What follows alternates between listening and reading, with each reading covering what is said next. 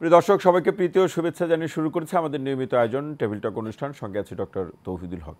দর্শক, একটি প্রশ্ন বিশেষ করে যারা মাদকাসক্ত হন তাদের পক্ষ থেকে কিংবা তাদের পরিবারের পক্ষ থেকে, যে একজন ব্যক্তি কেন মাদকাসক্ত হয়ে পড়েন, সেই প্রসঙ্গে সূত্র ধরে মাদকের এই বিষয়গুলো নিয়ে প্রতিরোধ কিংবা সচেতনতার সূত্র ধরে রাষ্ট্রীয় পর্যায় থেকে যে প্রতিষ্ঠানগুলো আছে তাদের যে কার্যক্রম, তাদের যে বক্তব্য কিংবা মানুষকে সচেতন করার প্রেক্ষাপটে সামাজিক এবং সাংস্কৃতিক বিষয়গুলোকে সম্পৃক্ত করে যে ধরনের সংগঠন বা সংস্থাগুলো কাজ করছে তাদেরও আমরা নানা ধরনের কর্মসূচি কিংবা আয়োজনগুলো দেখছি। এবং সে আয়োজনগুলো কিংবা রাষ্ট্রীয় পর্যায় থেকে যে কর্মকাণ্ড পরিচালিত হয় সবগুলোকে মিলিয়ে যদি আমরা বিশ্লেষণ করি তাহলে যে বিষয়গুলো পাচ্ছি, যে মাদকের যখন সহজলভ্যতার প্রসঙ্গ কোনো একটি সমাজে থাকে সেখানে মাদকাসক্ত হয়ে পড়ার কারণগুলো অনেক বেশি সক্রিয় থাকে। পাশাপাশি ব্যক্তি জীবন, সম্পর্ক জীবন কিংবা সমাজ জীবনের যে বিভিন্ন ঘটনাগুলো যেগুলো নানাভাবে একজন ব্যক্তিকে প্রভাবিত করে, তার ব্যক্তি সম্পর্ক, তার ক্যারিয়ার কিংবা সম্পর্কের প্রসঙ্গ ধরে একজন ব্যক্তিকে নানা ধরনের টানাপোড়েনের মধ্যে যেতে হয়। সেক্ষেত্রে এই প্রসঙ্গগুলো অর্থাৎ ক্যারিয়ার কিংবা ব্যক্তি জীবনে যে সংকটগুলো তৈরি হয় সেটি প্রশমিত করা বা সমাধানের যে পেশাগত সুযোগগুলো যখন থাকে না, তখন অনেকেই মাদকের উপরে নির্ভর করে সেই জায়গা থেকে এক ধরনের মুক্তি পেতে চায়, এক ধরনের স্বস্তি পেতে চায়। পাশাপাশি একটি দেশে মাদক যে প্রবেশের যে প্রসঙ্গ এবং উৎপাদনের যে প্রসঙ্গ, এটি অন্যতম একটি কারণ। এর সাথে যেটি যুক্ত যে আসলে যারা মাদকাসক্ত হয়ে পড়েছেন তাদের পুনর্বাসনের প্রসঙ্গ, তাদেরকে যোগ্য নাগরিক হিসাবে, কর্মক্ষম নাগরিক হিসাবে সমাজে প্রতিষ্ঠিত করার যে আয়োজনগুলো, যে ব্যবস্থাগুলো রাষ্ট্রীয় পর্যায় থেকে গ্রহণ করা হয় এবং করা হয়েছে, সেই উদ্যোগগুলো আজকে আমরা জানার চেষ্টা করব সম্মানিত আলোচকদের কাছ থেকে। পাশাপাশি কোনো ঘাটতি বা ব্যত্যয় আছে কিনা সেই প্রসঙ্গগুলো আমরা নানাভাবে উপস্থাপনের পাশাপাশি সমাধান খোঁজার চেষ্টা করব। তারই প্রেক্ষাপটে আলোচনার শিরোনাম মাদকে আসক্তি কেন হয়, এবং এ বিষয়ে আলোচনা করার জন্য সম্মানিত আলোচকরা স্টুডিওতে এবং অনলাইনে উপস্থিত আছেন। জুমে আমাদের সঙ্গেও সম্মানিত আলোচকরা উপস্থিত আছেন। আসুন আলোচনা শুরু করার আগে তাদের সাথে পরিচয় করে দিই। সর্বডানে আছেন দ্য বাংলাদেশ এন্টি ড্রাগ ফেডারেশনের সম্মানিত প্রধান উপদেষ্টা খবিরউদ্দিন আহমেদ। আমার ডান দিকে আছেন মাদক নিয়ন্ত্রণ অধিদপ্তরের সম্মানিত মহাপরিচালক খন্দকার মোস্তাফিজুর রহমান এনডিসি। আপনাদের দুইজনকে অনুষ্ঠানে স্বাগত জানাচ্ছি। দর্শক, আপনাদেরকে এটাও জানিয়ে রাখছি আমাদের সঙ্গে ভার্চুয়ালি যুক্ত আছেন অবসরপ্রাপ্ত ব্রিগেডিয়ার জেনারেল অধ্যাপক এম কামরুল হাসান। কামরুল হাসান, আপনাকে অনুষ্ঠানে স্বাগত জানাচ্ছি। আমি একটু শুরুতে খবিরউদ্দিন আহমেদ আপনার কাছে আসতে চাই। একদম আমাদের যে আলোচনার যে শিরোনাম এটি দিয়ে আলোচনাটি শুরু করতে চাই। আপনি শুরু হোক যে একজন ব্যক্তি কখন মাদকাসক্ত হয়ে পড়ে, বাংলাদেশের বাস্তবতা কি? বাংলাদেশের বাস্তবতা হচ্ছে, প্রাথমিকভাবে দেখা যাচ্ছে ফ্রেন্ড সার্কেল বা সঙ্গীর মাধ্যমে আউট অফ কিউরিসিটি, এটি একটা। একই সাথে সে চলার পথে যখন সে দেখছে যে সাকসেস হচ্ছে না, ভালো কিছু হচ্ছে না, তখন ফ্রাস্ট্রেশন থেকেও হয়। এবং সবচেয়ে বেশি যারা অ্যাডিক্টেড তারাই কিন্তু আর একজনকে তৈরি করে। কারণ এই জিনিসটাই সবচেয়ে বেশি ক্ষতিকর, যে বন্ধু বান্ধবের পাল্লায় পড়ে করে, আর বিভিন্নভাবে সে মানসিকভাবে সে নানান রকম প্রবলেম থাকে। তখন সে মনে করে যে এইটা করলে বোধহয় ভালো হবে। কিন্তু তাকে এখানে আমি শুরু থেকে যে কথাটা বলতে চাই, যে এই যে মাদক দ্রব্যের যে অপব্যবহারের যে মেন কারণটা, এই কারণটা যদি একজন ইয়াং বাচ্চা থেকে আরম্ভ করে মধ্যবয়সী থেকে যে কোনো বয়সী লোকদেরকে বোঝানো যায়, বিশেষ করে ইয়াং স্কুল কলেজ থেকেই বোঝাতে হবে যে মাদককে টু সে নো, এবং কেন নো। ওয়ান্স একটা লোক যখন মাদক ব্যবহার করবে, পাওয়ারফুল যে মাদক আছে সেই মাদকগুলা আজকাল নতুন এই যে আইস থেকে আরম্ভ করে ইয়াবা থেকে আরম্ভ করে নানা ধরনের মাদকের আমরা দেখছি না, সেই জায়গাতে খবিরউদ্দিন ভাই আমরা মাদকের বিরুদ্ধে না বলুন এই স্লোগান নিয়ে তো আপনারা রাষ্ট্রীয় পর্যায় থেকে এখানে একটু যোগ করি, কথা শেষ করি। এই কথাটা যে মাদক ব্যবহার করলে কি হবে, খালি সেই জিনিসটা এইটাকে সবাইকে বোঝাইতে হবে। অ্যাওয়ারনেস বলেন, স্কুল কলেজ বলেন, প্রাথমিকভাবে সে না বলবে কেন, যে অনস সে ব্যাপারটা ব্যবহার করবে, ওই একবার যখন ব্যবহার করবে ও আওয়ার থেকে ফিরে আসতে পারবে না। ওই মাদকটা তার বডিতে যতক্ষণ থাকবে তখন সে নিজেকে হিরো মনে করবে, তখন সে অত্যন্ত পাওয়ারফুল মনে করবে, তখন সে অত্যন্ত ভালো মনে করবে। কিন্তু এটা কয়দিন, কয় মাস, 1 বছর 2 বছর, তারপর তার একদম সে ধ্বংস হয়ে যাবে তার সব কিছু। মানে আমাদের এই এই জায়গায় জিনিসটাকে অ্যাওয়ারনেস ক্রিয়েট করতে হবে, বোঝাতে হবে। কতটুকু সচেতন করতে পেরেছি আমরা তরুণ প্রজন্ম বলুন বা সামগ্রিক জনগোষ্ঠীকে যদি বোঝার চেষ্টা করি যে কতটুকু সচেতন করা সম্ভব হয়েছে মাদকের ভয়াবহতা সম্পর্কে? ভয়াবহতা সচেতন, প্রাথমিকভাবে সচেতনের দায়িত্বটা পড়ে কিন্তু ফাদার মাদারের পরে, গার্জিয়ানদের পরে, স্কুল কলেজ টিচারদের পরে, তারপরে যারা নেতৃস্থানীয় যারা সোশ্যাল অ্যাওয়ারনেস ক্রিয়েট করে। আজকে দেখেন যে বাংলাদেশের যে ছাত্রদের আজকে বাংলাদেশটাকে এই অবস্থায় নিয়ে আসছে, সেই যে আমি আমার একটু পুরোনো জায়গায় আমি যেতে চাই। জি, আমি যখন যুব নেতৃত্ব দিয়েছি হোল ওয়ার্ল্ড ওয়াইড, আমি তখন মাদকদ্রব্য চাকরিও করেছি। আমি যখন 1983-তে আমি মালয়েশিয়া প্রথম যখন একটা কনফারেন্সে যাই, সেখানে আমি একটা অ্যাওয়ারনেস সেমিনারে জয়েন করি। তার আগে আমি নিজেও জানতাম না যে মাদকদ্রব্য ব্যবহার এভাবে হয়। সেই সেমিনারে জয়েন করে আমার অভিজ্ঞতা হলো। On return I was national president Bangladesh junior chamber. আমি তখন বাংলাদেশে প্রথম একটা অ্যাওয়ারনেস ক্রিয়েটের জন্য একটা সেমিনার করি। গুলশান জাজির মুজিবুল হক প্রেসিডেন্ট ছিল, তাকে দিয়ে করি, and I was national president. এবং তারপরে সারা দেশব্যাপী আমার মনে আছে প্রায় 28টা জেলায় আমরা এর ব্রাঞ্চ খুলি। তখন আমরা অ্যাওয়ারনেস ক্রিয়েট করি জুনিয়র চেম্বার ইন্টারন্যাশনাল ইয়াংদের দিয়ে। এই জুনিয়র চেম্বারের কাজটা কি?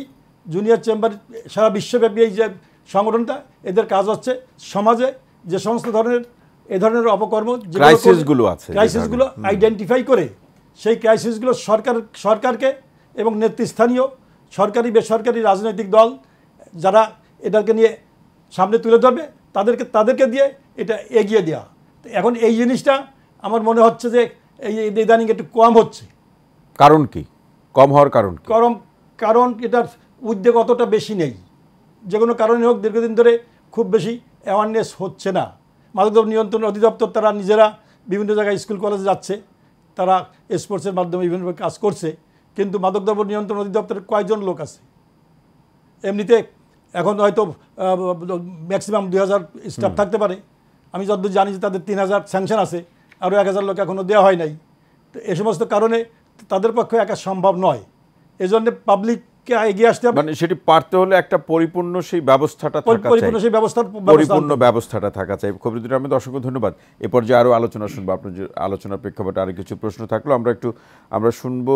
তার আগে খন্দকার মোস্তাফিজুর রহমান এনডিসি, আপনার কাছে আসতে চাই যে আসলে মাদকের বিরুদ্ধে সচেতনতামূলক যে কার্যক্রম, ভয়াবহতা সম্পর্কে সচেতন করতে গিয়ে আপনার প্রতিষ্ঠান অর্থাৎ সরকারিভাবে মাদক নিয়ন্ত্রণ অধিদপ্তর মাঠ পর্যায়ে কোনো চ্যালেঞ্জের মধ্যে পড়ে কিনা? ধন্যবাদ আপনার প্রশ্নের জন্য। মাদককে রোধ করতে হলে বা একে রুখে দাঁড়াতে হলে উনি যেটি বললেন যে আমাদের ব্যাপক জনসচেতনতা সৃষ্টি করা দরকার, এই কাজটা কিন্তু আমরা করছি। উনি যেমন বললেন যে এটা পরিবার থেকে শুরু হবে, এটা শুরু হবে স্কুল কলেজ থেকে, আমরাও তা বিশ্বাস করি। স্কুল কলেজে একটা ছেলে বা মেয়ে তার একটা দিনের উল্লেখযোগ্য সময় স্কুল কলেজে সে ব্যয় করে, এবং স্কুল কলেজের যে শিক্ষক তাদের একটা দায়িত্ব রয়েছে। ওখানে একটা কমিটি রয়েছে, 5 মেম্বার কমিটি। এই কমিটির কিছু স্পেসিফিক দায়িত্ব দেওয়া আছে, বা এটি আমাদের মন্ত্রণালয় কর্তৃক একটা চিঠির মাধ্যমে। এটা কি সকল শিক্ষা প্রতিষ্ঠানে আছে? জি হ্যাঁ, সকল শিক্ষা প্রতিষ্ঠানে আছে। মাধ্যমিক, উচ্চ মাধ্যমিক পর্যায়ে আমরা সকলখানেই পাঠিয়েছি। এটি বহু আগ থেকে এটা চালু আছে। এবং এই শিক্ষা প্রতিষ্ঠানের যে কমিটির দায়িত্ব হলো, প্রথমত যে ওখানে যখন অ্যাসেম্বলি হয়, প্রত্যেক স্কুল কলেজে অ্যাসেম্বলি হয়, সেই অ্যাসেম্বলিতে মাদকের বিরুদ্ধে কথা বলা, মাদকের কুফলগুলো তুলে ধরা। তারপরে প্রথম যে শ্রেণীতে যে ক্লাসটি হয়, আমরা যে প্রথম যে ক্লাসটি হয়, সেই ক্লাসের শিক্ষকই এই কথাগুলো বলবেন, মাদকের বিরুদ্ধে কথা বলবেন। তাছাড়া প্রত্যেক মাসে 2টি অভিভাবক সমাবেশ করবেন ছাত্রছাত্রীর সমন্বয়ে, একটি ফার্স্ট উইকে, একটি থার্ড উইকে। এই কাজগুলি করার কথা, কিন্তু আমরা খেয়াল করেছি যে এই কাজগুলি ঠিকমতো করা হচ্ছে না। বা এই জন্য আমরা যখন ফিল্ড পর্যায়ে যাই, আমরা সেমিনার করি, সভা করি, বিশেষ করে স্কুল কলেজের টিচার। এবং এই যে একটা কমিটির কথা বললাম, এর প্রধান কিন্তু সেই শিক্ষা প্রতিষ্ঠানের প্রধান। উনি যদি প্রধান শিক্ষক হতে পারেন বা প্রিন্সিপাল, উনি এই কমিটির প্রধান। এবং এই কাজগুলো কিন্তু আসলে তেমনটি করা হচ্ছে না, এবং আমরা বারবার জোর দিচ্ছি। গুরুত্ব না দেওয়ার পিছনে, তাদের পক্ষ থেকে গুরুত্ব না দেওয়ার পিছনে যে প্রেক্ষাপট, সেটা আপনারা উপলব্ধি করতে পেরেছেন কিনা? আমার মনে হয়েছে যে অনেক কমিটি তারতে টার্মস অফ রেফারেন্স ভালো করে জানিই না। এই জন্য আমরা উদ্বুদ্ধ করছি, জানাচ্ছি যে আপনাদের যে চিঠি দেওয়া আছে, চিঠিতে এই কথাগুলো বলা আছে, এটি পালন করতে হবে। এইটা যদি আমরা করতে পারতাম যে প্রত্যেক মাসে 2টি অভিভাবক সমাবেশ, ছাত্রছাত্রী সমন্বয়ে এবং প্রত্যেক অ্যাসেম্বলিতে কথাগুলো বলা, শ্রেণীকক্ষের প্রথম যে ক্লাসটি হয় সেখানে বলা, তাহলে কিন্তু ছেলেমেয়েরা উদ্বুদ্ধ হতো। মাদকের কুফলগুলা, এবং একটা কথা মনে রাখতে হবে, আমরা যখন মাদকের কুফলগুলো বলবো, সব কুফলগুলো কিন্তু ছেলেমেয়েরা মানতে চাইবে না। এই যে রক্ত গরম, বয়স অল্প, যদি বলে হার্ট অ্যাটাক হবে, ব্রেন স্ট্রোক হবে, মানবেই না। তো এমন দুইটা কুফল আছে যেটা বললে ওদের মনে খুব ধরবে। তা মাদকের একটা কুফল আছে যে মাদক গ্রহণ করলে একটি পুরুষের পুরুষত্বহানি ঘটবে, যে যৌন ক্ষমতা হ্রাস পাবে। যদি আমরা এটা ছেলেকে বোঝাতে পারি, তুমি একটা ইয়ং ছেলে, তুমি তোমার যৌন ক্ষমতা হারাবে, তাহলে কিন্তু ওর মনে দাগ কাটবে। দেশীয় যে কথা আমি বাস্তবতা প্রথমে বলছিলাম, রাইট তার মনে রাইট করো পাওয়ারফুল, কিন্তু প্রথমে সে পাওয়ারফুল মনে করবে, তারপর যে পাওয়ার না, তারপর এই পাওয়ার তো তাকে ধ্বংসের দিকে ডেকে ধ্বংসের আনবে। দিকে। তারপর যে আরেকটি বিষয় আছে, এটা সেই জিনিসটা বোঝা যায়। একটা ছেলের যে ক্ষেত্রে, কিন্তু একটা মেয়ের ক্ষেত্রে একটা বড় ব্যাড ইফেক্ট আছে, যে মাদক গ্রহণ করলে একটি মেয়ে বা নারী তার যে সন্তান ধারণ ক্ষমতা হারাবে, সে কোনো মা হতে পারবে না। যদি এই দুইটি পয়েন্ট আমি বোঝাতে পারি ছেলে মেয়েকে, তাহলে এইটা হলো ওদের জন্য সবথেকে উইক পয়েন্ট। মানে আমাদের দেশের বাস্তবতা, আমাদের সে বাস্তবতায় যে উইক পয়েন্ট, ছেলেকে দুর্বল করার জন্য, মাদকের বিরুদ্ধে একটা মেয়েকে দুর্বল করার জন্য আমার মতে এইটা বেশি বেশি বোঝানো উচিত। এই যে আমরা একটা ইনিশিয়েটিভ নিয়েছি, আমরা প্রত্যেক স্কুল কলেজে একটা সাইনবোর্ড থাকবে, বিলবোর্ড, এটি 10 ফিট বা 7 ফিট আমরা ডিজাইন তৈরি করেছি। এখানে একটি মানুষের অবয়ব আছে, বডি দেওয়া আছে, এই বডির দুই পাশে মাদকের নাম লেখা আছে, কোন মাদক শরীরের কোন অংশকে কীভাবে ক্ষতিগ্রস্ত করে এখানে বর্ণনা দেওয়া আছে, এবং এই ছবি সম্বলিত একটি বিলবোর্ড থাকবে। বা আমরা সব শিক্ষা প্রতিষ্ঠানে চিঠি দিয়েছি, বা আমরা চাচ্ছি যে তারা এই যদি একটা বিলবোর্ড বসায় শিক্ষা প্রতিষ্ঠানে ঢোকার পথে বা দর্শনীয় স্থানে, তাহলে ওরা বারবার দেখবে, আসার সময় দেখবে, যাওয়ার সময় দেখবে, একবার কিন্তু তাদের মনে দাগ কাটবেই যে এই মাদক আমাদের এই ক্ষতিগুলো করে। এটা বারবার চোখে পড়লে সেখান থেকে পড়বে, বোঝার চেষ্টা করবে, এবং তার একবার তার হৃদয় গেঁথে যাবে। বিশেষ করে দুইটা পয়েন্ট, যে একটা ছেলের ক্ষেত্রে সে পুরুষত্বহীন হবে, তো যৌন ক্ষমতা থাকবে না, একটা নারীর ক্ষেত্রে সে সন্তান ধারণ ক্ষমতা হারাবে। এই দুইটি পয়েন্টই তাদেরকে ভালোভাবে বোঝালে আমার মনে হয় তারা মাদক থেকে ফিরে আসবে, নিজের ভালো পাগলেও তো বুঝে। অবশ্যই। মোস্তাফিজুর রহমান, এনডিসি, অসংখ্য ধন্যবাদ। আমরা একটু শুনে আসতে চাই ব্রিগেডিয়ার, অবসরপ্রাপ্ত ব্রিগেডিয়ার জেনারেল অধ্যাপক কামরুল হাসান, আপনার কাছ থেকে। আপনি তো এই মাদকাসক্তি রোগ, এই বিষয়গুলো নিয়ে কাজ করেন, পুনর্বাসনের যে প্রেক্ষাপটগুলো কেমন হতে পারে, পরিবার, শিক্ষা প্রতিষ্ঠানের এই পুনর্বাসনের প্রশ্নে যে দায়িত্ব, কিংবা রাষ্ট্রীয়ভাবে সরকারি পর্যায়ে বা ব্যক্তি উদ্যোগ বা বেসরকারি পর্যায়ে পুনর্বাসনের কী কী উদ্যোগ বা সুযোগগুলো আমাদের এখানে আছে, কিংবা যে ধরনের ভয়াবহতা তৈরি হয়, আর সেই ভয়াবহতা বিচারে যে ধরনের পুনর্বাসনের ব্যবস্থাগুলো থাকা প্রয়োজন একটি দেশের বা বাংলাদেশের বাস্তবতায়, সেটিও কি মাঠ পর্যায়ে আছে কিনা, বা সেই সুযোগগুলো আমাদের আছে কিনা, শুনতে চাই আপনার কাছ থেকে অধ্যাপক কামরুল হাসান। আমি প্রথমেই আপনাদেরকে ধন্যবাদ জানাচ্ছি এইরকম একটা টপিক রাখার জন্য। ডেফিনেটলি আমাদের দেশে অনেক ব্যবস্থা আছে, আবার অনেক কিছুই করা যেতে পারে। তা আমি প্রথমেই বলতে চাই যে একটু আগে আপনি যে আমার যে সহ উপস্থাপ যারা ছিলেন আলোচক বিন্দু, ওনারা বলেছেন যে মাদক দ্রব্যের যে কারণটা, গ্রহণের কেন মাদক আসক্ত হয়ে যায় এবং এটা কেন নিবে না, দুইটার কথা বলেছেন, খুব সুন্দর ছিল। এটার সঙ্গে আমি এটার কারণটা একটা যোগ করে দিতে চাই। সুতরাং একই সঙ্গে এটা চিকিৎসাটাও ওটার সঙ্গে জড়িত। আসলে আমরা যদি কারণটা জানতে পারি, আসলে কারণটাকে আমরা বলি, আমরা তো জানি মাদক আসক্তি এটা একটা মানসিক রোগ।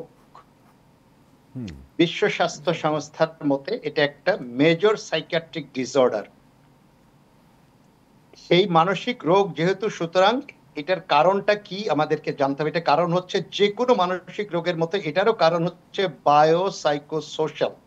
তিনটা ভাবে ভাগ করা হয় কারণটাকে। বায়োলজিক্যাল অর্থাৎ আমাদের অন্তর্গত কিছু কারণ থাকে, আসলে এটা ব্রেনের ভিতরে কারণ থাকে, নিউরো কেমিক্যালের কারণ থাকে, জেনেটিক কজ আছে যেটার জন্য অনেক দেখবেন যে একই ইয়েতে হয়তো ফ্যামিলি পর্যায়ে চলে আসে, কিন্তু আবার ব্রেনের মধ্যে কিছু কিছু নিউরো ট্রান্সমিটার আছে যেগুলা বেড়ে যায় মাদকাসক্ত হলে, এবং ওগুলা যাদের পরিমাণে বেশি থাকে বা কিছু কিছু সাইকিয়াট্রিক ডিসঅর্ডারও আছে, যখন এই নিউরো ট্রান্সমিটার গুলো ইমব্যালেন্সে তারাও এটার ভিতরে চলে যেতে পারে। বায়োলজিক্যাল কারণ আছে, সোশ্যাল কজ আছে। যেটা সোশ্যাল কজটা কি, যে আমরা কারণ যে সমাজে আমরা দেখছি যে আশেপাশে রয়েছে, এবং বিভিন্ন মাদক থেকে আরম্ভ করে ধরেন সিগারেট স্মোকিংটাও কিন্তু বিশ্ব স্বাস্থ্য সংস্থার মতে এটা কিন্তু মাদক এর ভিতরেই। সবকিছুর ভিতরেই কিন্তু এটা একটা অনেকটা এটাকে আমরা কি বলবো একটা সিম্বলিক একটা যে সে একটা উপরে আছে, সাধারণ চিন্তা ভাবনা করতে গেলে সে খাচ্ছে এটা দেখানো হয়।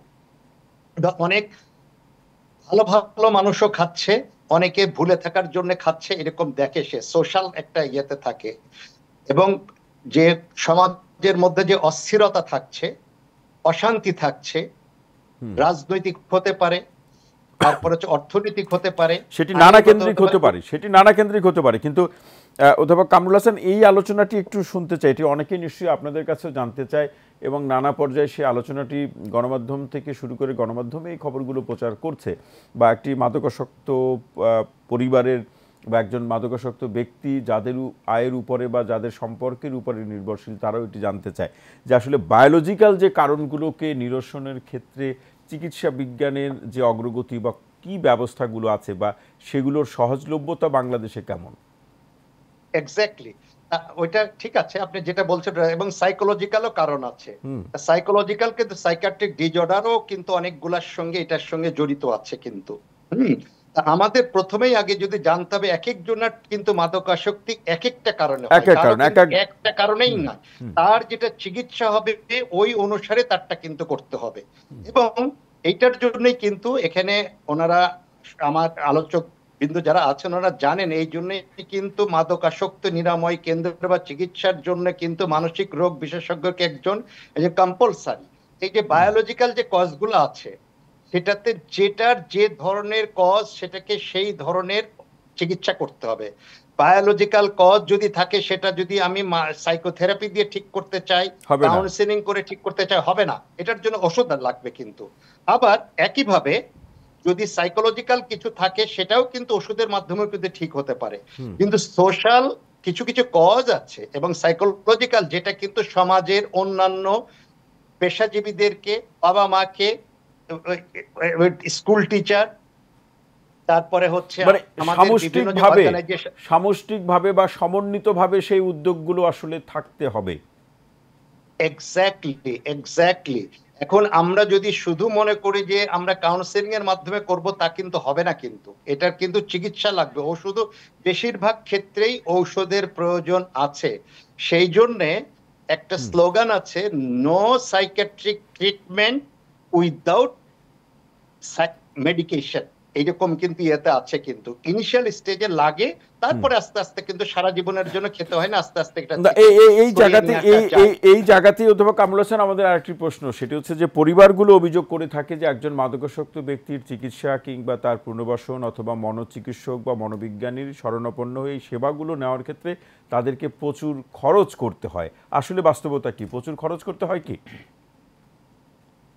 খরচ প্রচুর ঠিক না, খরচ করতে, তবে সরকারি হাসপাতালগুলোতে যেগুলো আছে অনেকগুলো যেমন আছে আমাদের এই যেখানে মাদকাসক্ত নিরাময় কেন্দ্র আছে এখানে তো ফ্রি চিকিৎসা আছে, তারপরে ইভেন মেডিকেল কলেজগুলোতে ফ্রি বেড আছে, আর কিছু কিছু যেগুলো বেসরকারি হাসপাতালগুলোতে আছে সেগুলোতে খরচ করতেই হয়। কিন্তু কথার কথা আমি যদি ধরি যে একটা শারীরিক যদি একটা কারণে একটা বেসরকারি হাসপাতালে 15 দিন ভর্তি থাকে, যে খরচ হয় এই মানসিক ড্রাগের কারণে সে যদি 6 মাসও থাকে ওই পরিমাণ খরচ হয় না, কিন্তু তার থেকে অনেক কম খরচে এটা চিকিৎসা হয়।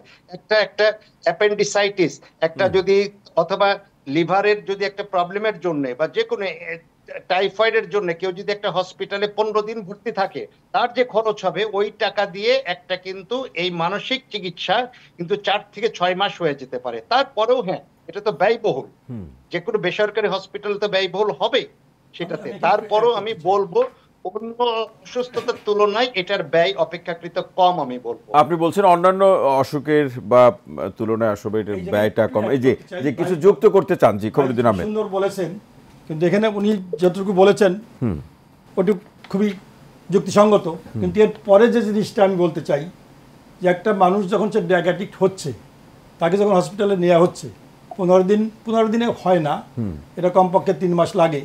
সে 15 দিনে হলো বা 3 মাস হলো, এই যে হওয়ার পরে সে সুস্থ হওয়ার পরে যখন সে বেরিয়ে আসছে, বেরিয়ে আসার পরে সে তার ওই পুরনো বন্ধুর সাথে আবার দেখা হচ্ছে, দোস্ত নিয়ে না একটা টান দে, সে একটা টান দিচ্ছে। তো শুধু সুস্থ করলে হবে না, মানে তার অ্যাসোসিয়েশনের যে কারেকশন না, তাকে রিহ্যাবিলিটেট করতে হবে। তাকে তার পুরনো জায়গা থেকে সরিয়ে তাকে রিহ্যাবিলিট করতে হবে। বাট এটা কি এই বাংলাদেশের বাস্তবতা এটা কতটা সম্ভব? বাংলাদেশের বাস্তবতায় এটা চ্যালেঞ্জ তো, চ্যালেঞ্জ কিন্তু সম্ভব। আজকে যদি অন্য অন্য দেশে মালয়েশিয়া, সিঙ্গাপুর, ব্যাংকক, আমি had the opportunity to go, ওই সমস্ত দেশের ওই সমস্ত যাদেরকে ট্রিটমেন্ট করছে আমি সেখানে গিয়েছি, জেলখানায় আমি গিয়েছি। আমি যে জেলখানায় যে দেখেছি সেখানে কি দেখেছি, সেখানে তাদেরকে জেলখানার যে মাদকাসক্ত তাকে জেলখানায় ঢোকা দিচ্ছে, ওখানে ঢোকা দেওয়ার পর কী করছে, সঙ্গে সঙ্গে তাকে ট্রিটমেন্ট দিচ্ছে। তাকে ট্রিটমেন্ট দেওয়ার সাথে কী করছে, তাকে যে হার্ড ওয়ার্কিং করছে, সে যে কাজে পারদর্শী তাকে যে সেই কাজটা করানো হচ্ছে প্রোডাক্টিভ। সে যদি রাজমিস্ত্রি হয় রাজমিস্ত্রির কাজ করা হচ্ছে, কাঠমিস্ত্রি হয় কাঠমিস্ত্রির কাজ করা, লেখাপড়ার কাজ করা লেখাপড়ার কাজ করা হচ্ছে। অর্থাৎ সংশোধনের পাশাপাশি তার সক্ষমতার জায়গাটি বৃদ্ধি করা করতেই হবে।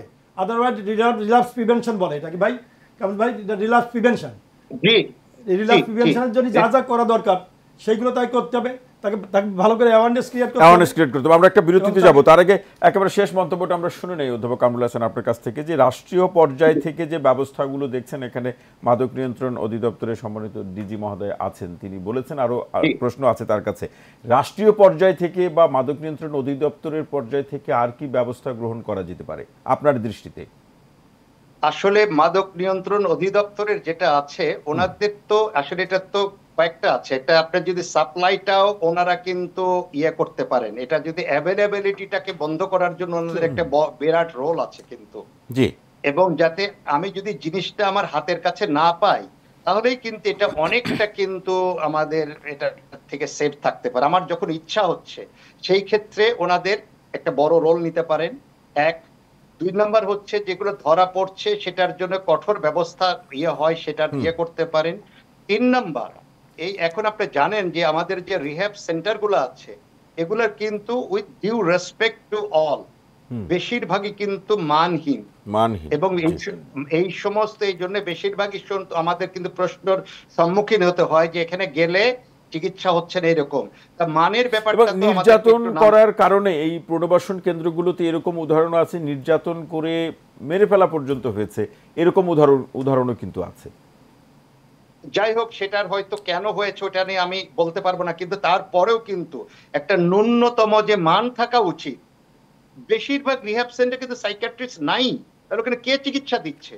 এটা কিন্তু মাদক দ্রব্য নিয়ন্ত্রণ অধিদপ্তরে কিন্তু একটা বিরাট রয়েছে। কারণ এটা আগে কিন্তু আপনি জানেন এটা কিন্তু আগে ছিল ডিজি হেলথের আন্ডারে, তখন তাদের একটা ছিল। এখন কিন্তু মাদক দ্রব্য নিয়ন্ত্রণ অধিদপ্তরের আন্ডারে। এখন ওই সমস্ত সেন্টারগুলো কিভাবে চলছে যেখানে সাইকিয়াট্রিস্ট নাই? এটা তোমরা দেখতে পারো। সেটা নিশ্চয়ই রাষ্ট্রীয়ভাবে আইন শৃঙ্খলা বাহিনী কিংবা মাদক নিয়ন্ত্রণ অধিদপ্তরের সেই দায়িত্ব রয়েছে। জি প্লিজ। আমি প্রথম দিয়ে একটু শুরু করি। আমাদের সাথে যিনি অনলাইনে যুক্ত আছেন উনি বলছিলেন যে খরচের বিষয়ে।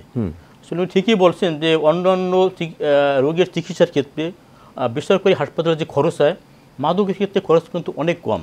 আমি দেখেছি, ভিজিট করেছি যে সমস্ত বেসরকারি মাদক আসক্তি নিরাময় কেন্দ্র আছে তাতে অ্যাভারেজ খরচ 10 থেকে 20,000 মধ্যে মাসে। 10 থেকে 20,000-এর মধ্যে খরচ হয়। আর যেটা সরকারি হাসপাতাল আমাদের বিনামূল্যে আমরা দিয়ে থাকি। আরেকটি কথা আমরা বলছেন যে এখান থেকে রিল্যাপসের কথা আসছে যে 3 থেকে 4 মাস চিকিৎসার পর সুস্থ হয়ে ফেরত দেন। আসলে 3 থেকে 4 মাসের চিকিৎসা নেওয়ার পরও এর প্রভাব থাকে 1.5 থেকে 2 বছর। 1.5 থেকে 2 বছরের মধ্যে যে কোনো সময় তার ভিতরে মাদক নেওয়ার একটা প্রভাব আসতে পারে, প্রবল ইচ্ছা থাকতে পারে, ওরা বলে টান আসে। মানে এই যে মাদক একটা মনে করে কাজা খেলো বা ইয়ে বা খেতো, সে 3 থেকে 4 মাস সুস্থ হয়ে ফেরত দিলাম, তো এই যে সুস্থ হয়ে গেল আগামী 1.5 থেকে 2 বছরের মধ্যে আবার তার যে কোনো সময় নেওয়ার প্রবল ইচ্ছা থাকতে পারে, মানে এটাকে বলে রিল্যাপস। এই ক্ষেত্রে তার কাজ হলো আবার তাকে মাদক আসক্তি নিরাময় কেন্দ্রে আসতে হবে, সেখান থেকে পরামর্শ গ্রহণ করতে হবে। সেটা পরামর্শ হতে পারে, ঔষধ হতে পারে। সুতরাং রিল্যাপস যাতে না ঘটে, শুধু বন্ধু-বান্ধব না, বন্ধু-বান্ধব ছাড়াও রিল্যাপস ঘটতে পারে। মানে এই জায়গাতে খন্দকার মোস্তাফিজুর রহমান এনডিসি, যে আমি প্রশ্নটি রেখে যাই তার আগে অধ্যাপক অবসরপ্রাপ্ত ব্রিগেডিয়ার জেনারেল অধ্যাপক কামরুল হাসান, আপনাকে অসংখ্য ধন্যবাদ আলোচনায় যুক্ত হওয়ার জন্য। আমরা একটা বিরতিতে যাব। প্রশ্ন হচ্ছে যে যেটি আমাদের দুইজন আর সম্মানিত আলোচকই বললেন যে মাদকের সহজলভ্যতা সেটি দুইভাবে হচ্ছে, একটা হলো দেশের মধ্যে উৎপাদন এবং দেশে মাদক প্রবেশ। দুই জায়গাতে আমাদের দেশে হাতে গোনা কয়েকটি মাদক উৎপাদন হয়, কিন্তু অধিকাংশ মাদক যেগুলো ভয়াবহতার বিচারে অধিকাংশ মাদকগুলোই দেশে প্রবেশ হচ্ছে নানাভাবে, নানা প্রক্রিয়ায়। এটি বন্ধ করার জন্য আপনারা কি উদ্যোগ নিচ্ছেন বা কী ধরনের ব্যবস্থাগুলো আছে, এই প্রশ্নটি আপনার কাছে রেখে গেলাম।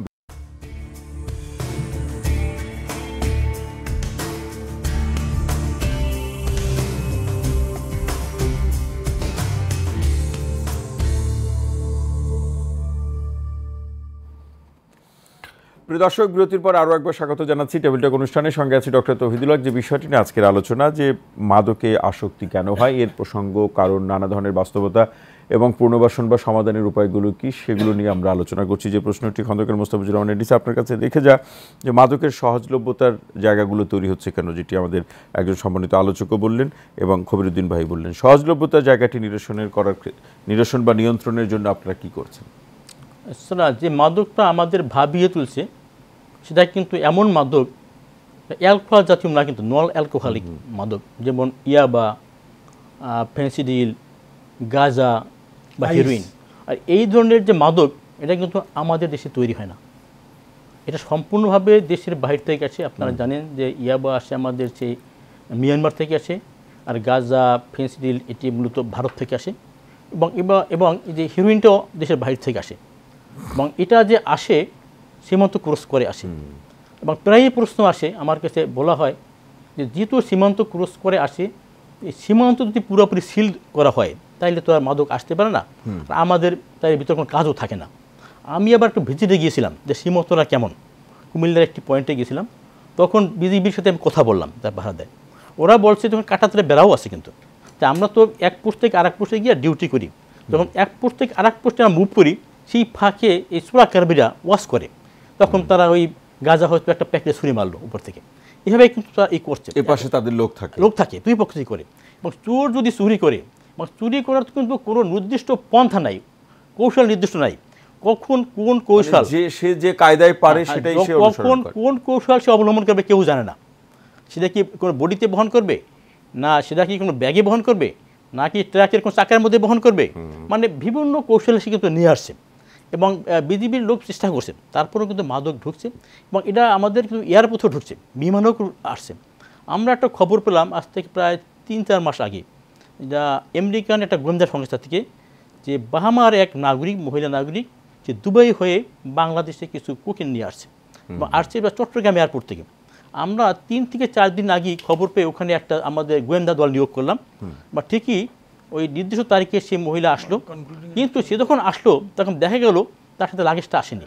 এটা একটা ট্রিক্স, যে ইচ্ছে করে একদিন দেরি করছে লাগেজটা। আমরা পরের দিন গিয়ে সেই লাগেজটা নজরে রাখলাম, কাস্টম থেকে বেরিয়ে আসলো, কাস্টম ধরতে পারলো না, তার যে মেশিন ধরা পড়ে নেয়। কিন্তু আমাদের যেহেতু তথ্য ছিল আমেরিকার গোয়েন্দা সংস্থার তথ্য, এটা তো মিথ্যা হতে পারে না।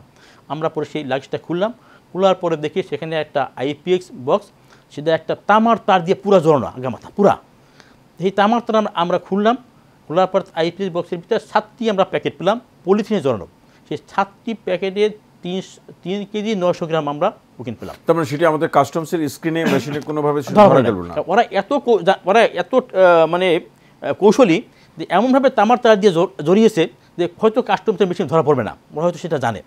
তা আমাদের তথ্য ছিল বিধায় আমরা কিন্তু খুলে সেটা বের করে নিয়ে আসি।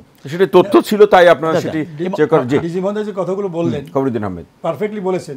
কারণ আজকের বর্তমান যুগে আইন শৃঙ্খলা বাহিনীর যে মডার্নাইজেশন আছে, এটা কিন্তু আমাদের মাদকদ্রব্য নিয়ন্ত্রণ অধিদপ্তরের নাই। মানে এক ব্যক্তি যিনি অফিসার বা ফিল্ডে থাকবেন, তার কাছে আমার একটা ক্যামেরা থাকতে হবে গোপন, সেই ক্যামেরা দিয়ে সে ধরতে হবে। এমনি ধরনের মডার্নাইজেশন জিনিস আসতে হবে। আমি একটু যোগ করতেছি এখানে ইন জেনারেল কথার শেষে, এটা হচ্ছে যে শুধুমাত্র অ্যাওয়ারনেসের কথা হলো, ট্রিটমেন্টের কথা হলো, কিন্তু আসল বাস্তবতা কি? বাস্তবতা বাংলাদেশের যত রকম বেশি রকম দুর্ঘটনা যেগুলো ঘটতেছে, এগুলোর অন্যতম প্রধান কাজ কিন্তু এই মাদকাসক্ত যারা এবং যারা মাদক ব্যবসা করে, তারাই কিন্তু এগুলো বেশি ঘটাচ্ছে। আমার সম্প্রতি আমি একটা গলফ ফেডারেশনের এক্সিকিউটিভ কমিটির মিটিংয়ে ছিলাম, যেখানে মাননীয় সেনাপ্রধান উনি সভাপতি ছিলেন। উনি নিজে বলেছেন যে আজকে যে স্পোর্টসের মাধ্যমে এই যারা অপকর্ম করতেছে, তাদেরকে স্পোর্টসের মাধ্যমে ফিরিয়ে আনতে হবে। এই স্পোর্টসটা এমন স্পোর্টস করতে হবে, স্পোর্টস করে যেন তাদের টাকা ইনকাম করতে পারে, তারা বিদেশে যেতে পারে। তো এই হিসেবে বিভিন্ন যে জিনিসগুলা আমার মনে আছে, আজকে যে মাদকদ্রব্য নিয়ন্ত্রণ অধিদপ্তর, এটা ছোট্ট একটা পরিদপ্তর ছিল। আমি যেহেতু ওয়ার্ল্ড ওয়াইড যুব নেতৃত্ব দিয়েছিলাম, আমি তখন শেফার্ডকে দিয়ে আমেরিকান অ্যাম্বাসিডার ছিল, তাদের একটা মিটিং কল করে এদের নিয়ে আব্দুল মুঈদ চৌধুরী সাহেব, যিনি আজকে বর্তমান কমিশনার দায়িত্বে, ওনাকে দিয়ে যে একটা কাজ করেছিলাম, এই ডিপার্টমেন্টটা করায় ফলে আজকে মাদকদ্রব্য নিয়ন্ত্রণ অধিদপ্তর অস্ত্র পাইছে, বড় ডিপার্টমেন্ট হয়েছে। কিন্তু এখন ওই দিন চলে গেছে, নতুন এখন আরও অনেক অনেক অনেক টেকনোলজি আসছে, মানে আধুনিক প্রযুক্তিগুলো কতটা আছে? আমি একটা শেষ কথা বলবো। আমার কথা হচ্ছে যে আজকে বাংলাদেশকে যদি সত্যিকারের ভালোভাবে চালাতে হয় তাহলে এই সেক্টরে সরকারের নিজে পারুক, আমেরিকার থেকে পারুক, অন্যান্য দেশ থেকে পারুক, অনেক টাকা দিয়ে এটাকে জব্দ করতে হবে, তা নাহলে কোনোভাবে আমরা এর থেকে রেহাই পাবো না। জি, মানে সে আধুনিক প্রযুক্তি কতটা আপনারা ব্যবহার করছেন মাদকের এই দেশে চোরাচালান যাতে দেশে প্রবেশ না করে, সেই প্রযুক্তি কতটা ব্যবহার করা সম্ভব হচ্ছে? উনি সঠিকভাবেই বলেছেন যে আধুনিক প্রযুক্তি প্রয়োগ করতে হবে। যেহেতু যারা মাদক চোরাচালান করে নিয়ে আসছে তারা বিভিন্ন পন্থা অবলম্বন করে। আমি বললাম যে শুধু বডি অন ক্যামেরাই যথেষ্ট না, সেটাতে আমাদের easily portable drug detective machine দরকার হবে। এই জন্য আমরা সম্প্রতি একটা প্রস্তাবও পাঠিয়েছি 12 কোটি সামথিং টাকার। আমরা যদি কিছু ওই টাকাটা পাই, আমরা ড্রাগ ডিটেকটিভ মেশিন, কিছু এক্স রে মেশিন, এটা ইজিলি পোর্টেবল নেওয়া যায়, এটি আমরা সাথে রাখবো, এই ভিতরে আমরা ধরতে পারবো। আর লক্ষ্য রাখবেন, এখন যারা মাদক ব্যবসা করে এরা কিন্তু মোবাইল ইউজ করে, বিভিন্ন ডিভাইস ইউজ করে। এই ডিভাইসগুলো চেক করলে জানা যাবে যে এই মাদক ব্যবসায়ী কার কার সাথে যোগাযোগ করেছে, এই মাদকটা কোথায় যাবে। এই যে কথোপকথনগুলো, এটা কিন্তু পরীক্ষা করা দরকার। সেক্ষেত্রে একটা অভিযোগ আছে, সেটি হচ্ছে যে এই মাদক বাণিজ্যের সাথে যারা পিছনে যারা আছে, পৃষ্ঠপোষক হিসেবে আছেন, তারা অনেক বেশি শক্তিশালী, এদের বিরুদ্ধে আপনারা কিছুই করতে পারেন। আমি শেষ করি একটু আমার পয়েন্টটা, যে এই যে কোথায় কোথায় যোগাযোগ করলো এটা বের করার জন্য এটাকে পরীক্ষা করা ফরেন্সিক টেস্ট আছে। এই ফরেন্সিক টেস্ট করার জন্য আমরা একটা ফরেন্সিক ল্যাব তৈরি করব। আমি ইতিমধ্যে প্রস্তাব পাঠিয়েছি। ফরেন্সিক ল্যাবে দিলে তারা যদি এই তথ্য মুছেও ফেলে, কিন্তু ফরেন্সিক ল্যাবে দিলে বের করা যাবে সেই সমস্ত ইলেকট্রনিক ডিভাইস ইউজ করেছে, কার সাথে কথা বলেছে, কী কী আলোচনা হয়েছে, সব তথ্য আমরা বের করতে পারবো। এই জন্য আমরা একটা ফরেন্সিক ল্যাব তৈরি আমরা প্রস্তাব পাঠিয়েছি। তাছাড়া মাদক ধরার জন্য যদি আমরা গোয়েন্দা তথ্য না পাই, সে কিন্তু খুব কঠিন হয়ে পড়ে। কিন্তু আমাদের যদি ডগ স্কোয়াড থাকে, কুকুরের যে জ্ঞান শক্তি কিন্তু প্রবল, সে বুঝতে পারে।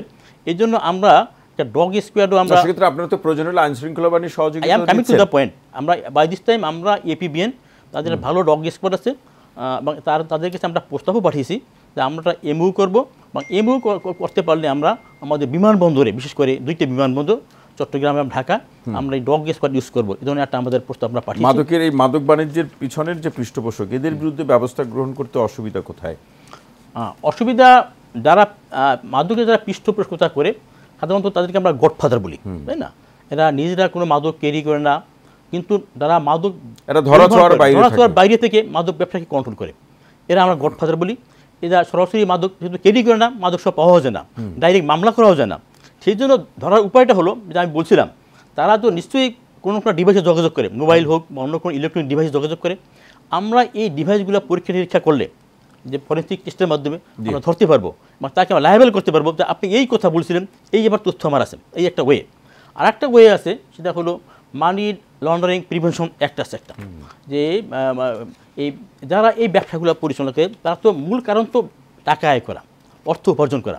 আমরা এই ধরনের সন্দেহভাজন ব্যক্তিদের যে ব্যাংক অ্যাকাউন্ট, এই তথ্য আমরা সংগ্রহ করি, বা বাংলাদেশ ব্যাংকের BFIU আছে, একটা ইউনিট আছে, আপনারা জানেন। সেই BFIU ইউনিটের মাধ্যমে আমরা এই সমস্ত যারা গডফাদার, কোন কোন ব্যাংকে তাদের অ্যাকাউন্ট আছে, সেই অ্যাকাউন্টে এরকম অভিযোগ আছে যে লেনদেনগুলো বাইরে হয়। আমি এটা শেষ করে দেবো, এটা একটা ওয়ে। আমরা তার ব্যাংকের তথ্য সংগ্রহ করে যদি দেখা যায় এমন কোনো লেনদেন আছে যে এত টাকা সে আয় করছে, যে এখন তার বৈধ উৎস দেখাতে পারছে না, অস্বাভাবিক লেনদেন, সেই ক্ষেত্রে আমরা তাকে এই আয়টা মাদকের আয় বলে ধরে নিয়ে তাদের বিরুদ্ধে আমরা মানি লন্ডারিং আইনে আওতায় মামলা দায়ের করি। ইতিমধ্যে আমরা 16টি মামলা চলমান আছে বিভিন্ন স্টেজে, এটি এখন আছে, এবং এটি আমরা চালিয়ে যাচ্ছি। আপনি যেটা বলছেন এর বাইরেও হতে পারে, নট আনলাইকলি। সেক্ষেত্রে আমরা সেই প্রযুক্তি আমরা ব্যবহার করে, আমরা বলছি যে ক্রিপ্টো কারেন্সির মাধ্যমে হতে পারে, ডিপ ওয়েব, ডার্ক ওয়েব, বিভিন্ন পথ আছে, বিভিন্ন সেগুলোর জন্য আমাদের প্রযুক্তি আস্তে আস্তে আমরা ব্যবহার করবো, আমরা পারবো। আমরা একটা সাইবার ক্রাইম ইউনিট আমাদের লাগবে। আমরা একটা প্রস্তাব পাঠিয়েছি, এই সাইবার ক্রাইম ইউনিটটা যদি আমরা পূর্ণমাত্রা চালু করতে পারি, এই সাইবার ক্রাইম প্রতিরোধ ইউনিট, যেটা এই ইউনিটের মাধ্যমে এই ধরনের যে গোপন লেনদেন হয়, ডিপ ওয়েব, ডার্ক ওয়েব, এইগুলো ধরা সম্ভব হবে। আমরা সেই জন্য একটা প্রস্তাব পাঠিয়েছি, এটা হলে আমরা করতে পারবো। জি, খবরদিনের মধ্যে আসতে চাই যে জিরো টলারেন্সের প্রসঙ্গ মাদকের বিরুদ্ধে আমরা তো প্রতিনিয়ত শুনছি, গণমাধ্যম বলছে, আপনারা বলছেন, সেই জিরো টলারেন্স কতটা হচ্ছে সেটি তো একটি প্রশ্ন। এই প্রশ্নের সাথে এটা বলি যে আসলে যারা বাহক এবং সেবক, মাঠ পর্যায়ে বা খুচরা পর্যায়ে যারা বিক্রি করেন, বহন করেন, এবং যারা সেবক, গ্রেপ্তারের জায়গাগুলো এদের ক্ষেত্রেই দেখি, কিন্তু ওই যে পিছনের পৃষ্ঠপোষক বা গডফাদার যেটি বললেন, এদেরকে গ্রেপ্তার না করলে অবস্থার পরিবর্তন ঘটবে না। গ্রেপ্তার করা আইনগত ব্যবস্থা গ্রহণ করতে গেলে কি পরিস্থিতিগত কোনো যে বিষয়গুলো বিবেচনা করতে হয়, সেই বিষয়গুলো কি খুব একটা বড় আকার ধারণ করায় কি ব্যবস্থাগুলোর ক্ষেত্রে অনেক সময় আমাদের পিছনে সরে আসতে হয় কিনা? না, সেটা আমার মনে হয় না।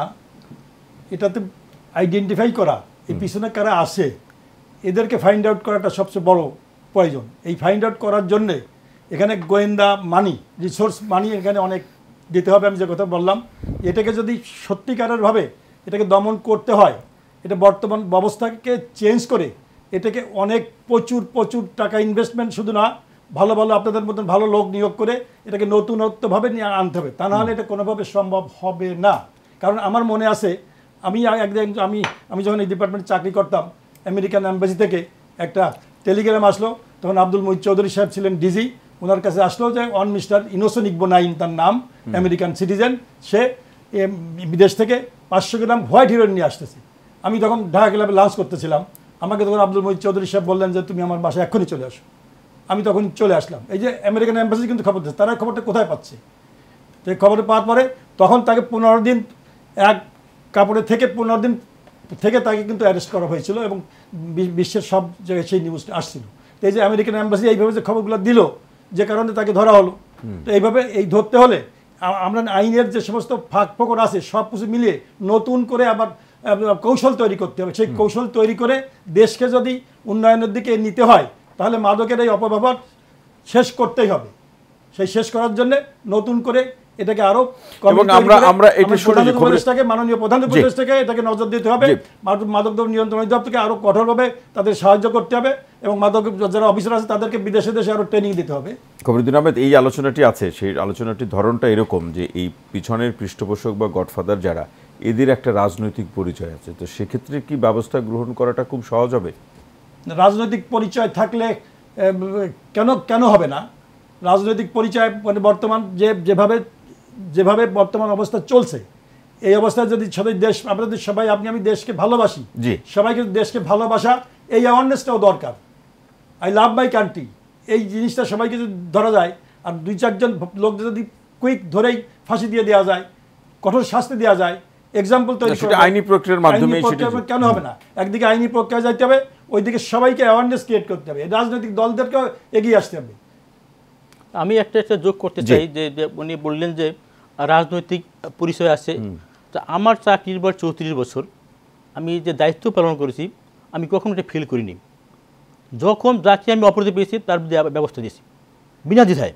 এখন আমি কাজটি করি, কিন্তু আমার এইটা কখনো বাধা হয়ে দাঁড়ায়নি। অপরিচালক হিসেবে দায়িত্ব নেওয়ার পরে মাদকের পিছনের পৃষ্ঠপোষকদের কারো রাজনৈতিক পরিচয় আপনি পাননি? আমি কারো রাজনৈতিক পরিচয়ের কারণে কারো বিরুদ্ধে ব্যবস্থা নেইনি, এমন কোনো ইনস্ট্যান্স নেই। অতীতেও ছিল না, এখনো নেই। এবং যদি এখনো পাওয়া যায়, যে ব্যক্তি হোক না কেন, মাদকের অপরাধ যিনি করবেন, যে ব্যক্তি হোক না কেন, আমি এখন তার বিরুদ্ধে ব্যবস্থা গ্রহণ করবো। অতীতে কখনো আমি পিছপা হয়েছি বা নেইনি, এমন কোনো নজির নেই। না, কিন্তু সেই পরিচয়টা পাওয়া যায় কিনা, অভিযোগ আছে যে পিছনের পৃষ্ঠপোষকদের একটা রাজনৈতিক পরিচয় আছে, সেই শক্তি বা প্রভাবটা কাজে লাগিয়ে মাদকের বাণিজ্যটাকে তারা প্রসারিত করেন। তারা করতে পারে, কিন্তু আমাদের হাতে ধরা পড়লে আমরা ছাড়বো না। আমি ছাড়িনি কোথাও, শুধু এখানে না, এর আগেও আমি যে সমস্ত পদে চাকরি করেছি, কোথাও কখনো রাজনৈতিক কারণে কোনো ব্যক্তি ছাড় দেয়নি। অপরাধী মাদক নিয়ন্ত্রণ অধিদপ্তরের রাজনৈতিক পরিচয় আসে, সেটা তো আমরা বলছি না। পিছনের পৃষ্ঠপোষক করবে সেটা কিন্তু ঘটে না। নরমালি কিন্তু যারা এটা ব্যবসাটা করে তারা নিজেরা দূরে থেকেই করতে চায়, তারা কখনোই সামনে আসে। আমি একটু বলছি, এই যে আমরা 35 নাইটে একটা অভিযান চালিয়েছিলাম, 5টি বড় বড় হোটেলও আমরা অভিযান চালিয়েছি, যে অবৈধ মাল জব্দ হয়েছে। তখনও কিছু আমাদের উপর চাপ ছিল, আমার উপরে আসছিল। আমি সেই চাপটি মোকাবেলা করেছি সক্ষমতার সাথে। আমি যাকে আমরা পেয়েছি যেভাবে সেভাবে আমরা আইনগত ব্যবস্থা গ্রহণ করেছি। আমরা ব্যবস্থা গ্রহণের ক্ষেত্রে কোনো চাপের কাছে নতি স্বীকার করছি আমি করিনি। যে মাদকটা আমাদের ভাবিয়ে তুলছে সেটা কিন্তু এমন মাদক, অ্যালকোহল জাতীয় না, কিন্তু নন অ্যালকোহলিক মাদক, যেমন ইয়াবা, ফেন্সিডিল, গাঁজা বা হেরোইন। আর এই ধরনের যে মাদক, এটা কিন্তু আমাদের দেশে তৈরি হয় না, এটা সম্পূর্ণভাবে দেশের বাইরে থেকে আসে। আপনারা জানেন যে ইয়াবা আসে আমাদের সেই মিয়ানমার থেকে আসে, আর গাঁজা, ফেন্সিডিল এটি মূলত ভারত থেকে আসে।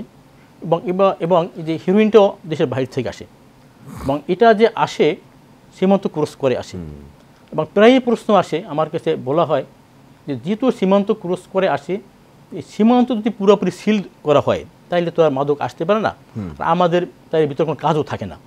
আমি আবার একটু ভিজিটে গিয়েছিলাম যে সীমান্তটা কেমন, কুমিল্লার একটি পয়েন্টে গিয়েছিলাম, তখন বিজিবির সাথে আমি কথা বললাম তার ভাড়া দেয়, ওরা বলছে তখন কাটাতারে বেড়াও আছে কিন্তু তা আমরা তো এক পোস্ট থেকে আরেক পোস্টে গিয়ে ডিউটি করি, যখন এক পোস্ট থেকে আরেক পোস্টে আমরা মুভ করি সেই ফাঁকে এই সুরাকারবিরা ওয়াশ করে, তখন তারা ওই গাঁজা হয়তো একটা প্যাকেটে ছুরি মারলো উপর থেকে, এভাবে কিন্তু তারা এই করছে, এ পাশে তাদের লোক থাকে দুই পক্ষেই করে। এবং চোর যদি চুরি করে এবং চুরি করার কিন্তু কোনো নির্দিষ্ট পন্থা নাই, কৌশল নির্দিষ্ট নাই। আমরা একটা খবর পেলাম আজ থেকে প্রায় 3-4 মাস আগে, যা আমেরিকান একটা গোয়েন্দা সংস্থা থেকে, যে বাহামার এক নাগরিক, মহিলা নাগরিক, যে দুবাই হয়ে বাংলাদেশে কিছু কোকেন নিয়ে আসছে এবং আসছে বা চট্টগ্রাম এয়ারপোর্ট থেকে। আমরা 3 থেকে 4 দিন আগে খবর পেয়ে ওখানে একটা আমাদের গোয়েন্দা দল নিয়োগ করলাম, বা ঠিকই ওই নির্দিষ্ট তারিখে সেই মহিলা আসলো, কিন্তু সে যখন আসলো তখন দেখা গেল তার সাথে লাগেজটা আসেনি। এটা একটা ট্রিক্স, যে ইচ্ছে করে একদিন দেরি করছে লাগেজটা। আমরা পরের দিন গিয়ে সেই লাগেজটা নজরে রাখলাম, কাস্টম থেকে বেরিয়ে আসলো, কাস্টম ধরতে পারলো না, তার যে মেশিন ধরা পড়ে নেয়। কিন্তু আমাদের যেহেতু তথ্য ছিল আমেরিকার গোয়েন্দা সংস্থার তথ্য, এটা তো মিথ্যা হতে পারে না। আমরা পরে সেই লাগেজটা খুললাম, খোলার পরে দেখি সেখানে একটা আইপিএক্স বক্স, সেটা একটা তামার তার দিয়ে পুরা জড়ানো, আগামাথা পুরা। সেই তামার তার আমরা খুললাম, খোলার পর আইপিএক্স বক্সের ভিতরে 7টি আমরা প্যাকেট পেলাম পলিথিনে জড়ানো। সেই 7টি প্যাকেটে 3 কেজি 900 গ্রাম আমরা কোকেন পেলাম। তার মানে সেটি আমাদের কাস্টমসের স্ক্রিনে মেশিনে কোনোভাবে ধরা গেল না। ওরা এত মানে কৌশলী যে এমনভাবে তামার তার দিয়ে জড়িয়েছে যে হয়তো কাস্টমসের মেশিন ধরা পড়বে না, ওরা হয়তো সেটা জানে। তা আমাদের তথ্য ছিল বিধায় আমরা কিন্তু খুলে সেটা বের করে নিয়ে আসি। সেটা তথ্য ছিল তাই আপনারা সেটি চেক করেন। ডিজি মহোদয় যে কথাগুলো বললেন খবরুদ্দিন আহমেদ পারফেক্টলি বলেছেন, কারণ আজকের বর্তমান যুগে আইন শৃঙ্খলা বাহিনীর যে মডার্নাইজেশন আছে এটা কিন্তু আমাদের মাদকদ্রব্য নিয়ন্ত্রণ অধিদপ্তরের নাই। মানে এক ব্যক্তি যিনি অফিসার বা ফিল্ডে থাকবেন তার কাছে আমার একটা ক্যামেরা থাকতে হবে গোপন, সেই ক্যামেরা দিয়ে সে ধরতে হবে। এমনি ধরনের মডার্নাইজেশন জিনিস আসতে হবে। আমি একটু যোগ করতেছি এখানে ইন জেনারেল কথার শেষে, এটা হচ্ছে যে শুধুমাত্র অ্যাওয়ারনেসের কথা হলো, ট্রিটমেন্টের কথা হলো, কিন্তু আসল বাস্তবতা কি? বাস্তবতা বাংলাদেশের যত রকম বেশি রকম দুর্ঘটনা যেগুলো ঘটতেছে এগুলোর অন্যতম প্রধান কাজ কিন্তু এই মাদকাসক্ত যারা এবং যারা মাদক ব্যবসা করে তারাই কিন্তু এগুলো বেশি ঘটাচ্ছে। আমার সম্প্রতি আমি একটা গলফ ফেডারেশনের এক্সিকিউটিভ কমিটির মিটিংয়ে ছিলাম, যেখানে মাননীয় সেনাপ্রধান উনি সভাপতি ছিলেন। উনি নিজে বলেছেন যে আজকে যে স্পোর্টসের মাধ্যমে এই যারা অপকর্ম করতেছে তাদেরকে স্পোর্টসের মাধ্যমে ফিরিয়ে আনতে হবে। এই স্পোর্টসটা এমন স্পোর্টস করতে হবে, স্পোর্টস করে যেন তাদের টাকা ইনকাম করতে পারে, তারা বিদেশে যেতে পারে। তো এই হিসেবে বিভিন্ন যে জিনিসগুলা আমার মনে আছে, আজকে যে মাদকদ্রব্য নিয়ন্ত্রণ অধিদপ্তর এটা ছোট্ট একটা পরিদপ্তর ছিল। আমি যেহেতু ওয়ার্ল্ড ওয়াইড যুব নেতৃত্ব দিয়েছিলাম, আমি তখন শেফার্ডকে দিয়ে আমেরিকান অ্যাম্বাসিডার ছিল, তাদের একটা মিটিং কল করে এদের নিয়ে আব্দুল মুঈদ চৌধুরী সাহেব যিনি আজকে বর্তমান কমিশনার দায়িত্বে, ওনাকে দিয়ে যে একটা কাজ করেছিলাম এই ডিপার্টমেন্টটা করায় ফলে আজকে মাদকদ্রব্য নিয়ন্ত্রণ অধিদপ্তর অস্ত্র পাইছে, বড় ডিপার্টমেন্ট হয়েছে। কিন্তু এখন ওই দিন চলে গেছে, নতুন নতুন এখন আরও অনেক অনেক অনেক টেকনোলজি আসছে। তাছাড়া মাদক ধরার জন্য যদি আমরা গোয়েন্দা তথ্য না পাই সে কিন্তু খুব কঠিন হয়ে পড়ে। কিন্তু আমাদের যদি ডগ স্কোয়াড থাকে, কুকুরের যে জ্ঞান শক্তি কিন্তু প্রবল, সে বুঝতে পারে। এই জন্য আমরা একটা ডগ স্কোয়াডও আমরা, সেক্ষেত্রে আপনারা তো প্রয়োজন হলে আইন শৃঙ্খলা বাহিনীর সহযোগিতা কামিং টু দ্য পয়েন্ট, আমরা বাই দিস টাইম আমরা এপিবিএন তাদের ভালো ডগ স্কোয়াড আছে এবং তাদের কাছে আমরা প্রস্তাবও পাঠিয়েছি যে আমরা এমইউ করবো, এবং এমইউ করতে পারলে আমরা আমাদের বিমানবন্দরে, বিশেষ করে 2টি বিমানবন্দর চট্টগ্রাম এবং ঢাকা, আমরা এই ডগ স্কোয়াড ইউজ করবো। এই ধরনের একটা আমাদের প্রস্তাব আমরা পাঠিয়েছি। মাদকের এই মাদক বাণিজ্যের পিছনের যে পৃষ্ঠপোষক, এদের বিরুদ্ধে ব্যবস্থা গ্রহণ করতে অসুবিধা কোথায়? অসুবিধা যারা মাদকের যারা পৃষ্ঠপোষকতা করে সাধারণত তাদেরকে আমরা গডফাদার বলি, তাই না?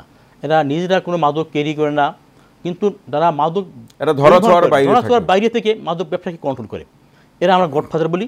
এরা সরাসরি মাদক যেহেতু ক্যারি করে না, মাদক সব পাওয়া যায় না, ডাইরেক্ট মামলা করাও যায় না। সেই জন্য ধরার উপায়টা হলো যে আমি বলছিলাম, তারা তো নিশ্চয়ই কোনো ডিভাইসে যোগাযোগ করে, মোবাইল হোক বা অন্য কোনো ইলেকট্রনিক ডিভাইসে যোগাযোগ করে। আমরা এই ডিভাইসগুলো পরীক্ষা নিরীক্ষা করলে যে ফরেন্সিক টেস্টের মাধ্যমে আমরা ধরতে পারবো যারা এই ব্যবসাগুলো পরিচালনা করে। তার তো মূল কারণ তো টাকা আয় করা, অর্থ উপার্জন করা। আমরা এই ধরনের সন্দেহভাজন ব্যক্তিদের যে ব্যাংক অ্যাকাউন্ট, এই তথ্য আমরা সংগ্রহ করি, বা বাংলাদেশ ব্যাংকের BFIU আছে, একটা ইউনিট আছে আপনারা জানেন, সেই BFIU ইউনিটের মাধ্যমে আমরা এই সমস্ত যারা গডফাদার কোন কোন ব্যাংকে তাদের অ্যাকাউন্ট আছে, সেই অ্যাকাউন্টে এরকম অভিযোগ আছে যে লেনদেনগুলো বাইরে হয়। আপনি যেটা বলছেন এর বাইরেও হতে পারে, নট আনলাইকলি। সেক্ষেত্রে আমরা সেই প্রযুক্তি আমরা ব্যবহার করে আমরা বলছি যে ক্রিপ্টো কারেন্সির মাধ্যমে হতে পারে, ডিপ ওয়েব, ডার্ক ওয়েব, বিভিন্ন পথ আছে, বিভিন্ন সেগুলোর জন্য আমাদের প্রযুক্তি আস্তে আস্তে আমরা ব্যবহার করবো, আমরা পারবো। আমরা একটা সাইবার ক্রাইম ইউনিট আমাদের লাগবে।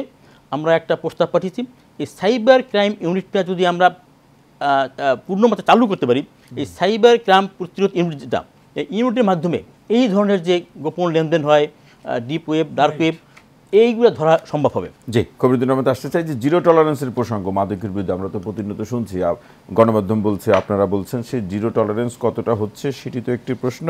এই প্রশ্নের সাথে এটা বলি যে আসলে যারা বাহক এবং সেবক, মাঠ পর্যায়ে বা খুচরা পর্যায়ে যারা বিক্রি করেন, বহন করেন, এবং যারা সেবক, গ্রেপ্তারের জায়গাগুলো এদের ক্ষেত্রেই দেখি, কিন্তু এই যে পিছনের পৃষ্ঠপোষক বা গডফাদার যেটি বললেন, এদেরকে গ্রেপ্তার না করলে অবস্থার পরিবর্তন ঘটবে না।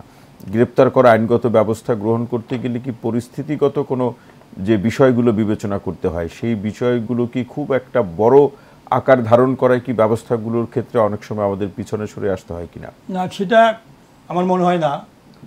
এটাতে আইডেন্টিফাই করা, এই পিছনে কারা আসে, এদেরকে ফাইন্ড আউট করাটা সবচেয়ে বড় প্রয়োজন। এই ফাইন্ড আউট করার জন্যে এখানে গোয়েন্দা মানি, রিসোর্স মানি এখানে অনেক দিতে হবে। আমি যে কথা বললাম, এটাকে যদি সত্যিকারেরভাবে এটাকে দমন করতে হয়, এটা বর্তমান ব্যবস্থাকে চেঞ্জ করে এটাকে অনেক প্রচুর টাকা ইনভেস্টমেন্ট, শুধু না, ভালো আপনাদের মতন ভালো লোক নিয়োগ করে এটাকে নতুনত্বভাবে নিয়ে আনতে হবে। তা নাহলে এটা কোনোভাবে সম্ভব হবে না। দেশকে যদি উন্নয়নের দিকে নিতে হয়, তাহলে মাদকের এই অপব্যবহার শেষ করতেই হবে। সেই শেষ করার জন্য নতুন করে এটাকে আরো, এবং আমরা এটা উপদেষ্টাকে, মাননীয় প্রধান উপদেষ্টাকে এটাকে নজর দিতে হবে। মাদকদ্রব্য নিয়ন্ত্রণ অধিদপ্তরকে আরো কঠোরভাবে তাদের সাহায্য করতে হবে, এবং মাদক যারা অফিসার আছে তাদেরকে বিদেশে আরো ট্রেনিং দিতে হবে। আমি একটা যোগ করতে চাই যে উনি বললেন যে রাজনৈতিক পরিচয় আছে। তো আমার চাকরির বয়স 34 বছর, আমি যে দায়িত্ব পালন করেছি আমি কখনো এটা ফিল করিনি। যখন যাকে আমি অপরাধী পেয়েছি তার ব্যবস্থা দিয়েছি বিনা দ্বিধায়। এখন আমি কাজটি করি, কিন্তু আমার এটা কখনো বাধা হয়ে যায় না। অপরিচালক হিসেবে দায়িত্ব নেওয়ার পরে মাদকের পিছনের পৃষ্ঠপোষকদের কারো রাজনৈতিক পরিচয় আপনি পাননি? আমি কারো রাজনৈতিক পরিচয়ের কারণে কারো বিরুদ্ধে ব্যবস্থা নেইনি, এমন কোনো ইনস্ট্যান্স নেই। অতীতেও ছিল না, এখনো নেই। এবং যদি এখনো পাওয়া যায়, যে ব্যক্তি হোক না কেন, মাদকের অপরাধ যিনি করবেন, যে ব্যক্তি হোক না কেন, আমি এখন তার বিরুদ্ধে ব্যবস্থা গ্রহণ করবো। অতীতে কখনো আমি পিছপা হয়েছি বা নেইনি, এমন কোনো নজির নেই। নর্মালি কিন্তু যারা এটা ব্যবসাটা করে তারা নিজেরা দূরে থেকেই করতে চায়, তারা কখনোই সামনে আসে। আমি একটু বলছি, এই যে আমরা 35 নাইটে একটা অভিযান চালিয়েছিলাম, 5টি বড় বড় হোটেলও আমরা অভিযান চালিয়েছি, যে অবৈধ মাল জব্দ হয়েছে। তখনও কিছু আমাদের উপর চাপ ছিল, আমার উপরে আসছিল। আমি সেই চাপটি মোকাবেলা করেছি সক্ষমতার সাথে। আমি যাকে আমরা পেয়েছি যেভাবে সেভাবে আমরা আইনগত ব্যবস্থা গ্রহণ করেছি।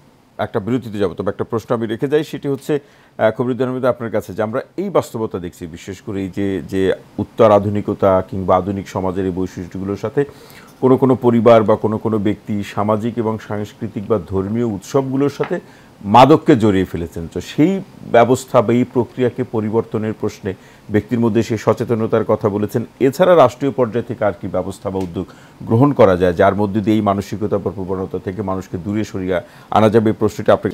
আমি কিন্তু নানাভাবে একটু বলার চেষ্টা করেছি, কিন্তু এখানে যে বর্তমান যে অবস্থা, এটা একার পক্ষে মাদকদ্রব্য নিয়ন্ত্রণ অধিদপ্তর কোনোভাবে সম্ভব নয়। এটাকে আমাদের মাননীয় প্রধান উপদেষ্টা বলেন, দেশের রাষ্ট্রীয় সব সরঞ্জাম যারা আছে তারা এটাকে কিভাবে নিয়োগ করা যায় করতে হবে। যেমন এর পাশে পুলিশকে ভালোভাবে এটাকে ইন্টারফেয়ার করতে হবে, কাস্টম ডিপার্টমেন্ট, বিডিআরকে ইন্টারফেয়ার করতে হবে, অন্যান্য যত ডিপার্টমেন্ট আছে সবাইকে এককভাবে এইটা নিয়ন্ত্রণ করার জন্য এগিয়ে আসতে হবে। Otherwise it is quite impossible শুধুমাত্র মাদকদ্রব্য নিয়ন্ত্রণ অধিদপ্তরের দ্বারা। এবং সেটা করার জন্য আরও নীতিমালা তৈরি করতে হবে, আরও কৌশল তৈরি করতে হবে। সে কৌশল তৈরি করার জন্য সরকারকে অন্য অন্য জিনিসের থেকে এই থেকে বেশি বেশি কঠোর হতে হবে। কঠোর হলে সব দিক দিয়ে যদি অ্যাওয়ারনেসের দিক দিয়ে করা হয়, ট্রিটমেন্ট করা হয়, অপারেশন করা হয়, আইনগতভাবে তো আমাদের সেই কঠোরতা আইনগতভাবে সেই বা ব্যবস্থাগত দিক থেকে কঠোরতার কথা তো বলাই আছে, তাহলে কঠোর হতে অসুবিধা কোথায় বা হচ্ছে না কেন? না, সে হচ্ছে না, আমি তো বলছি কঠোর কিন্তু হচ্ছে পারছে না। যেমন মাদকদ্রব্য নিয়ন্ত্রণ অধিদপ্তরের মাত্র 2000 লোক দিয়ে এটা ইম্পসিবল ভাই।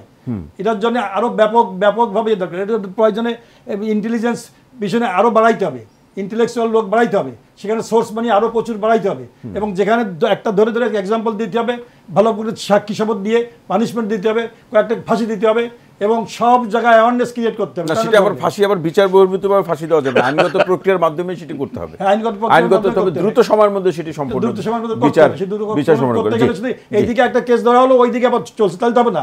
সব জায়গায় কাজ করতে হবে। সেই সব জায়গায় কাজ করতে গেলে এই অনেক ডিপার্টমেন্টকে ইনভলভ হতে হবে, অনেক ডিপার্টমেন্ট, এবং জনগণকে দিতে হবে, জনগণকে অ্যাওয়ার্ড হতে হবে, জনগণ ইম্পর্টেন্ট।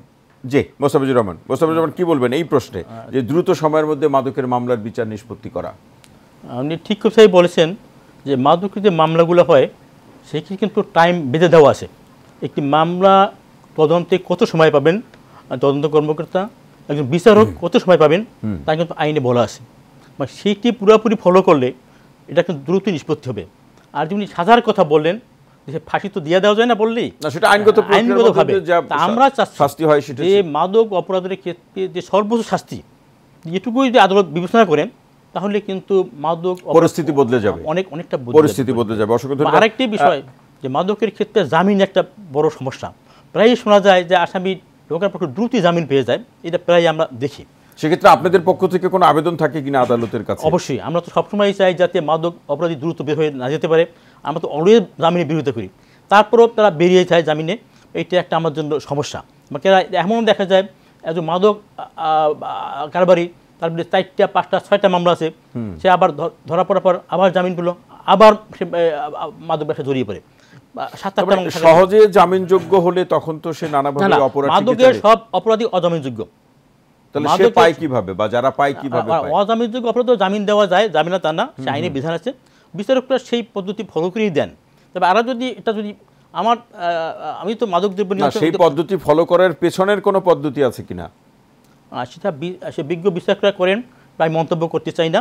আমরা যদি আইনে যা আছে আইন ফলো করি ওনারা কাজটি করেন, এটা আমরা বিশ্বাস করি, কিন্তু ওনারা বিজ্ঞ বিচারক, সেই আস্থা বিশ্বাস আমাদের আছে। আমরা চাচ্ছি দ্রুত জামিন না হলে আমাদের পক্ষে মাদকটা নিয়ন্ত্রণ করাটা খুব সহজ হবে। আমাদের সঙ্গে আরেকজন অনলাইনে একজন সম্মানিত আলোচক আছেন, তার কাছ থেকে আমরা একটু নিরাময়ের যে প্রসঙ্গগুলো বা যে প্রেক্ষাপট বা পদ্ধতি নিয়ে কাজ করা হয় বাংলাদেশে সেটি নিয়ে একটু শুনতে চাই। আমাদের সঙ্গে মাদক নিরাময় কেন্দ্র বিকন পয়েন্ট লিমিটেডের প্রধান নির্বাহী কর্মকর্তা তৌহিদুল বাশার আছেন। তৌহিদুল বাশার, আপনাকে অনুষ্ঠানে স্বাগত জানাচ্ছি। নিশ্চয়ই আপনি শুনতে পাচ্ছেন আমাকে? Thank you.